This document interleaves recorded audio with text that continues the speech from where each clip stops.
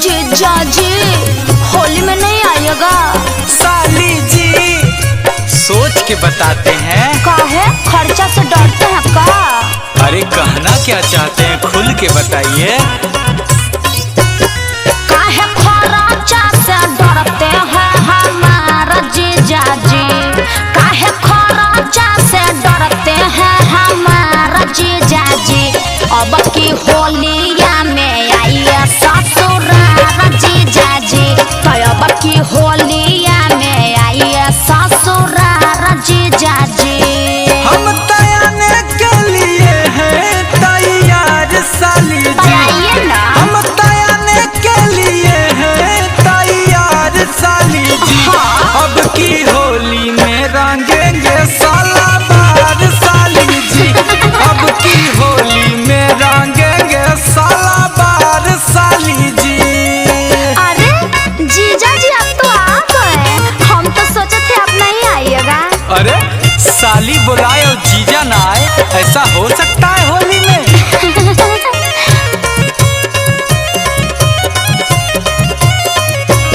आपको देना होगा नया नया सूट जीजा जी, आपको देना होगा नया नया सूट जीजा जी।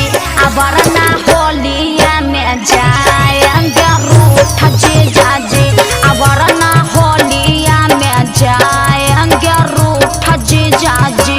जितने रंगाने का दीजिएगा छूट साली जी। अच्छा। जितने रंगाने का दीजिएगा छूट साली जी। हाँ। उतने महंगा देंगे होलिया में सूट साली सब समझते जी। हैं। उतने महंगा देंगे होलिया में सूट साली जी।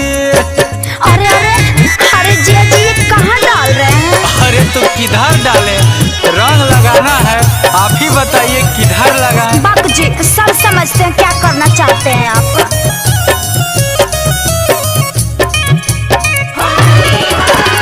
उतने तो रंगी हो जीजा जतना हो हक जी, उतने तो रंगी हो जीजा जतना हो हक जी। ना तो मोर दीदिया के हो जाते शक जी, ना तो मोर दीदिया के हो जाते शक जी, ना तो मोर दीदिया के।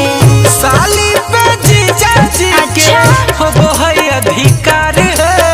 साली पे जीजा जी के हो वो है अधिकार है। हाँ। तोरे पे आशा है जबले ओहो। रहबो कुंवार है। तोरे पे आशा है जबले रहबो कुंवार है। तोरे पे आशा है जबले।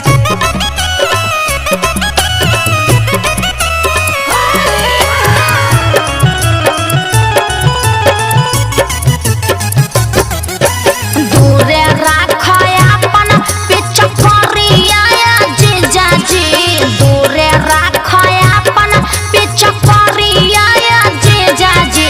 घुसल चाहे रंगवा भितरिया जीजा जी, आ घुसल चाहे रंगवा भितरिया जीजा जी।